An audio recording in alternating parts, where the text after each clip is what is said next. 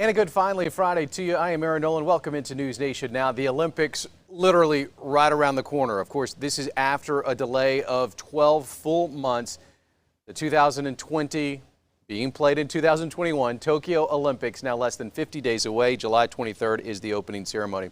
Sandi Morris joins us now. She is a United States gymnast who won a pole vaulting silver in Rio. Sandi, thanks for joining us here on News Nation. Of course. Thanks for having me. Sandi, you look at the images on your screen of your vault in Rio de Janeiro, Brazil, 5 years ago now. What are some of the emotions that you get seeing those images? It's crazy that it's been 5 years. It doesn't feel like it's been 5 years because I can remember the competition so vividly and just everything about the Olympic Village and the experience. It really doesn't feel like it was that long ago. So I guess that's the first thing that comes to mind. And I'm just glad that we're finally going to have the Olympics this summer because, you know, it's obviously been an interesting year with the postponement. So I'm very excited. We have talked throughout this process over the last 5 years, Sandi, and I know that the last year has been excruciating for you. Not only the fact that your sport, you know, you practice and you perform and you rehearse to peak at a certain time for the Olympics, and you had to push that back a year. And then you actually contracted COVID during this whole process. Tell me, for you personally, outside of the sport itself, what has the pandemic been like? It's been a roller coaster. You know, the first thing that myself and most athletes experienced was you know, a lot of track athletes specifically, we are dependent on using NCAA facilities. I train at the University of Arkansas. I'm currently in Arkansas.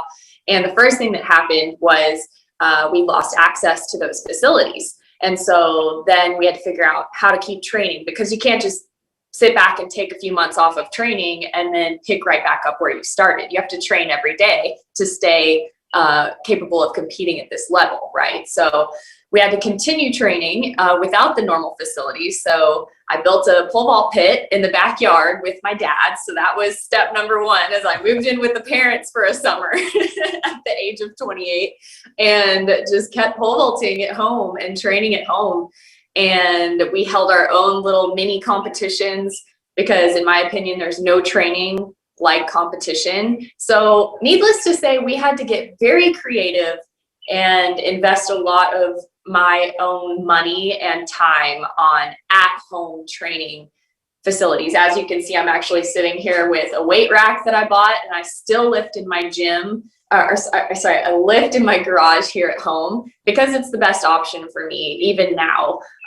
And so that was the biggest hurdle, was just how to keep training, and then also putting the whole, oh my gosh, what's going to happen with the Olympics out of my head. I tried to just separate myself from that and just keep training every day and wait it out. That was all we could do, is keep training and wait it out and see what happened.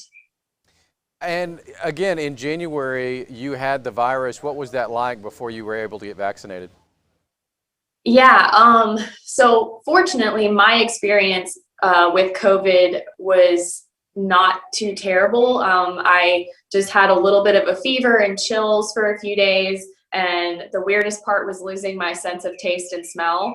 And it lasted for about 2 weeks. And I would say that was the hardest part as an athlete. You lose your appetite when you lose your sense of taste and smell. So even though I was, you know, physically not feeling too terrible, I didn't want to eat anything. So I lost some weight and lost a little bit of muscle mass. And it's kind of amazing how much you can lose in just 2 weeks of not eating consistently. So that was the toughest part. But then I recovered just fine. My husband also had it. He's also a long jumper and kind of similar experience to me. And so once we finally got through that, we started to feel better. Like, okay, now we've got some natural immunity built up. And that's when I started to just feel a little bit relieved. Like maybe we're getting through this, you know? So once we got through that, and then the minute the vaccine came available, I went ahead and got it because, I mean, I've already been traveling. I just traveled overseas for the first time a week ago. I went to Doha, and that's in the Middle East. And so the vaccine was very important for me to get so that I feel safe while traveling to go compete and try to continue making a living. We will say that you finished second in that event, so congratulations there. Thank you. Yeah, it's really early in the season, but I was actually really happy with that performance. I jumped a height that's real solid for me, currently ranked number 2 in the world. So I'm stoked about that and just keep on climbing that ladder. You know, it's kind of, you reset every season and climb the ladder again. All right, so we're right in the middle of that ladder, and let's get to some nitty-gritties about what's really going on in Japan. And I know you well enough to know that these curveballs that I'm about to throw you, you will handle with grace and dignity. But 10,000 volunteers for the Tokyo Olympics quit yesterday. There's reports that 2 to 3% of Japanese people are vaccinated as you go in. And then today, I thought this was interesting, and I want to get your response to this quote. Kiori Yamaguchi, who won a bronze in judo in 1988, said, quote, "The games have already lost meaning and are being held just for the sake of them."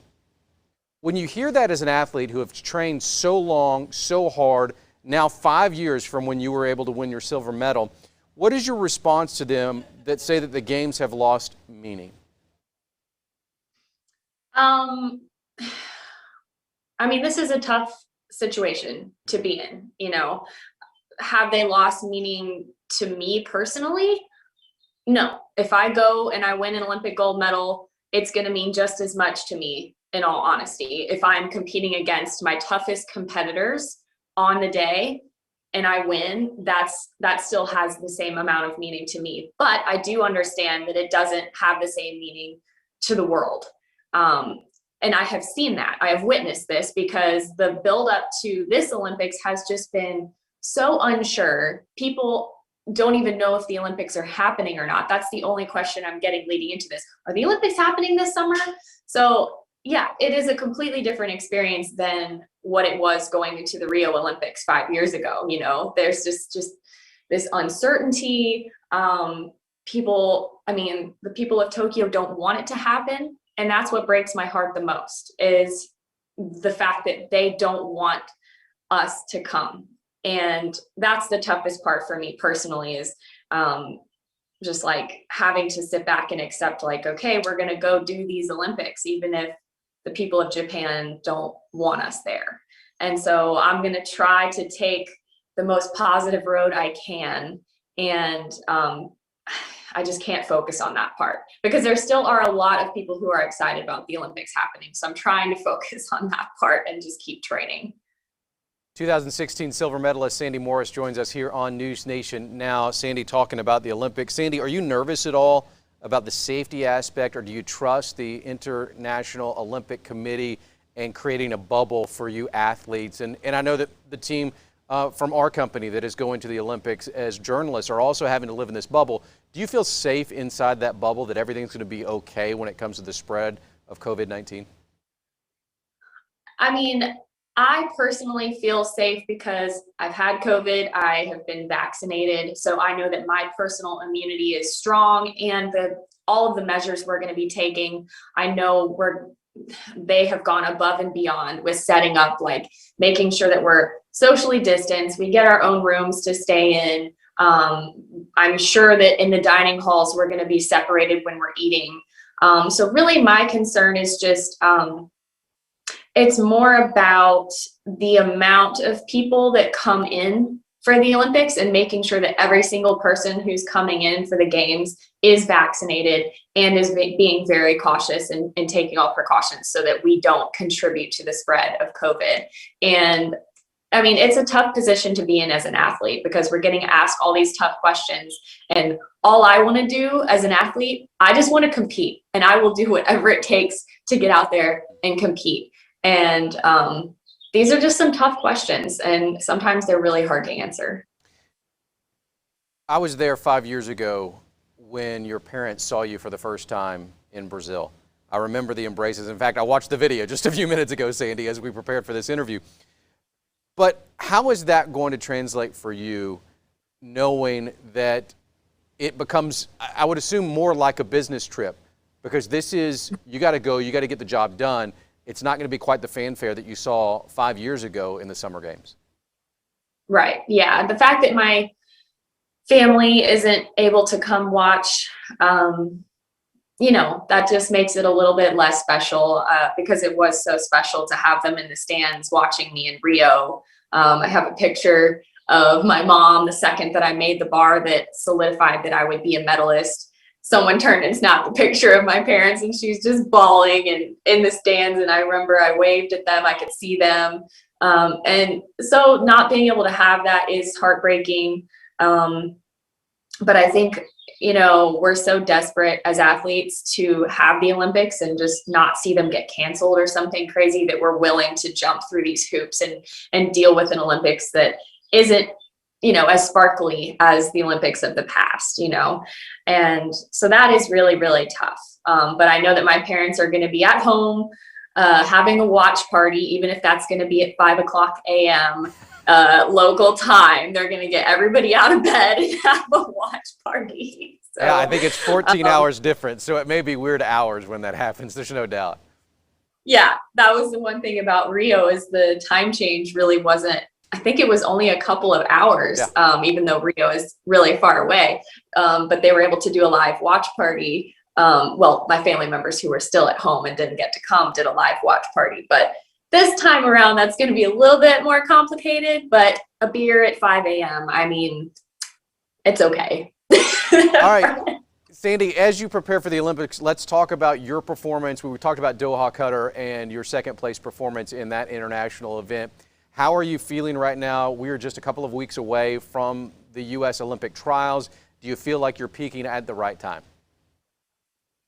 I feel strong. I feel really good. I feel confident that I'm definitely going to be a medal contender.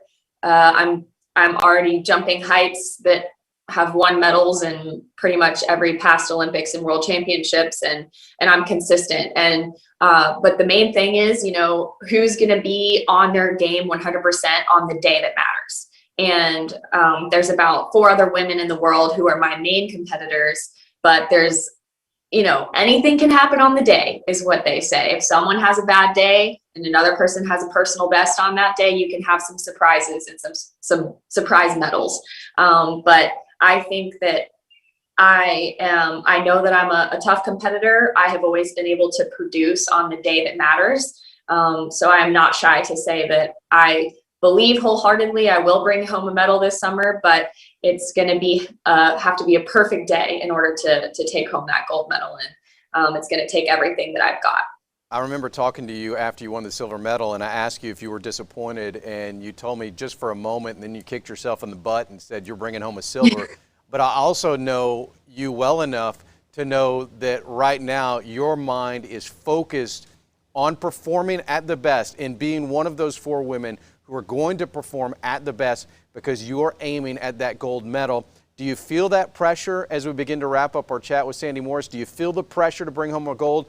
Are you just so excited to do this once again and so blessed and lucky to be able to go and wear the red, white, and blue for the United States and strive for that chance? I mean, I would say it's definitely a mixture of both. I do feel the pressure because now I'm a veteran and there is expectation that goes into that. But I think a lot of the times the expectation is actually coming from myself. A lot of my fans, do they want me to go out and win the gold medal? Of course they do. But it's not like everybody would be disappointed in me if I didn't do it. They would be disappointed for me. And so I have to remember that people are supportive. They're not going to, you know, be disappointed in me if I don't achieve this. That's going to be coming from myself. And so that's what I focus on. And I try to tap back into that young Sandi, first year on the professional circuit Sandi, that's just excited to be out there and excited to jump. And I'm going to treat every trip down that runway as maybe the last time I'm ever going to pole vault, because this last year has brought about a lot of self-reflection, and you never know when it's going to be your last competition. And so if I treat it that way and I jump with everything I've got and treat every jump like it might be my last, then I believe I'm going to jump really high. Finally, I got one more for you. I'm thinking about the picture that we're about to show of the flag draped around your shoulders. Can you put into words what that feeling is like when you know that you represented your country at a stage that is unlike anything else in the world? Um, it's really indescribable because when let's say you're at a local competition and you've got some fans there who are supporting you because you're from their hometown or you're from their state. This is different. I represent the entire country of America, and the whole country is behind me. And there is no feeling like that. Honestly, there's really no feeling like that. And it's so special. It really is. I don't even know what else to say, but and it's an honor. Honestly, it's such a true honor. And when I step out there to jump, I am jumping for every single American who has ever had a dream. Sandi Morris, I know it's been a roller coaster. We have talked throughout this process about whether or not it's going to happen. It appears like right now all systems are a go for the Olympics in about 50 days. Sandi, thank you so much for taking the time here on News Nation. All right, Sandi Morris there for us. Sandi, a friend of mine. We met in Rio 5 years ago. Fantastic athlete. She is going to perform very well come Tokyo in just a few weeks now. We're going to have much more on the Tokyo Olympic Games. You can find more on our website, newsnationnow.com. Also join us tonight for News Nation Early Edition. Get started at 6 o'clock, 5 o'clock Central on News Nation. If you don't know about News Nation, first thing I will tell you, I have one of those nifty remotes. You push the button and I just say News Nation, it goes to it. Try that. Or if you don't know how to get our channel, go to our website and up on the right-hand corner, put in your zip code. We'll tell you exactly how to get News Nation. I am Aaron Nolan. Thank you so much for joining us on this News Nation Now special. We'll see you next time.